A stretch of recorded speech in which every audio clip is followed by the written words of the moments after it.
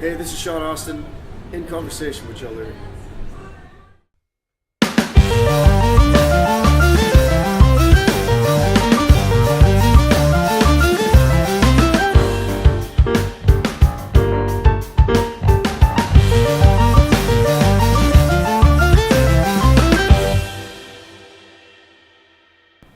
Paradise found. Have you found paradise yet, Shawn Austin? I'm finding it a little more recently. Yeah, I think it's that song was a song that meant a lot to me. Really, the first moment I heard it, but definitely in the last couple months, I think it's meaning a little more to me every day. Generally, how much does a song morph or transform from the first time you wrote it or the first time you hummed it or sung it to the recording process? I mean, generally, do you kind of try and keep things intact, or do you find that you tend to change things? My experience so far is that it's been pretty organic. From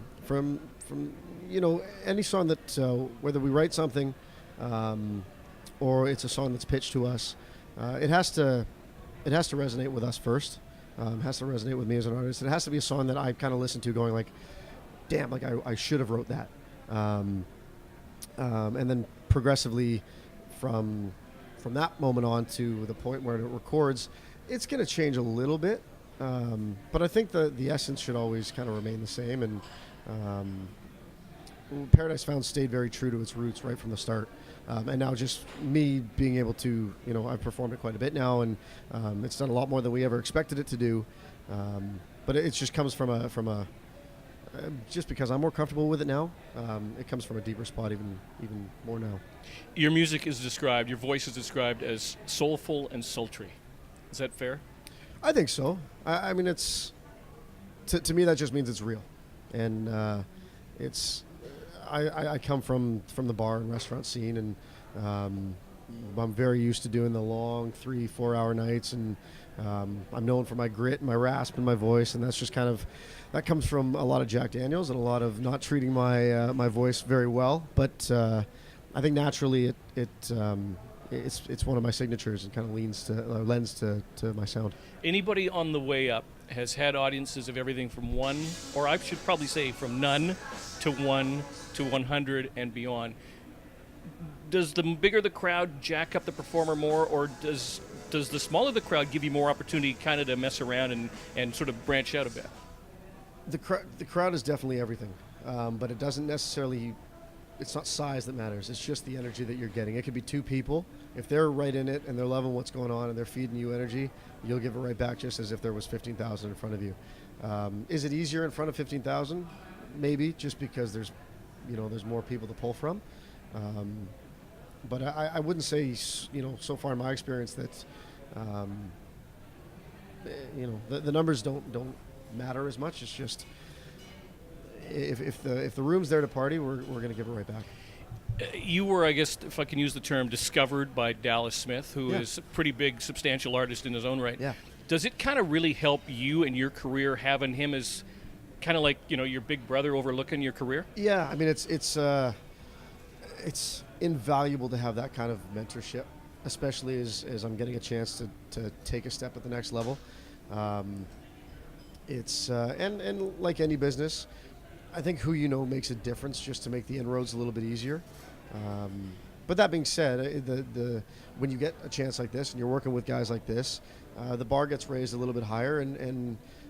But I really play on my sports background, and I've always felt that when you're playing with guys that are better than you, and when you're playing with the caliber that you want to be, it naturally forces you to kind of live up to that.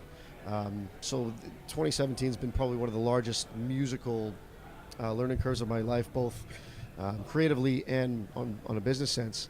But if I wasn't surrounded by this kind of talent pool, it wouldn't have happened as quick. And to have that support there along the way, I don't think you can beat that. I did an interview with Randy Bachman a while back, and he was telling me that back in the day of the Guess Who, it was like in the 60s, they were in a hotel room in Winnipeg when they found out that on the Billboard charts they had knocked the Beatles out of number one. They took over the number one spot from the Beatles, and they said they literally just danced on the beds like school kids, just gigging with excitement. What's it like when you can see your name in the top echelon of a chart alongside some pretty heavyweights. Yeah, I mean, when that song wasn't supposed to. We didn't think it was going to break top 50. It was meant to be an introduction. Then we broke top 50, and then top 40, top 30, and top 20, and then, the Canadian country radio world's been so good to us, and we broke top 10, and then, to be up there with Blake Shelton and Brett Young, and I mean, I was jockeying back and forth with Dallas as well. So it I don't know if it's actually set in yet for me. It's special to be in that realm, and to kind of have the names, to have a top 10 for my first singles is I couldn't have wished for anything better. I didn't even wish for it to begin with. I didn't know it was gonna. I never would have expected it would have happened. But now it's these are all, that entire top 10 list is people that I looked up to, and I just hope I'm doing justice in that field. Okay, I got one final question, Yeah. and it's a loaded one. Yeah. When you go number one, and I should rephrase that, doesn't sound right. When you land in the number one position, if one day you're replacing Blake Shelton as a voice mentor on The Voice, Yeah. and I come calling, has the number changed? Can I still get through to you, or is it one of those, no, you got to deal with these people?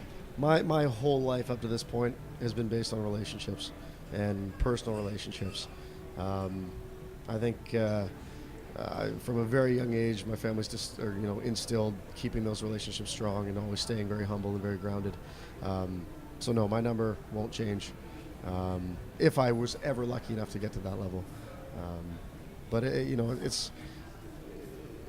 it takes so. I've learned this year. It takes so many people and so many shoulders to get a chance to do anything like this, and we don't know where it's going to go.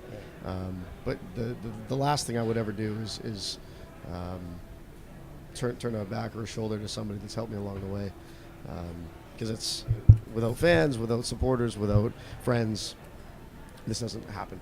So it's the simple answer is no. That won't change.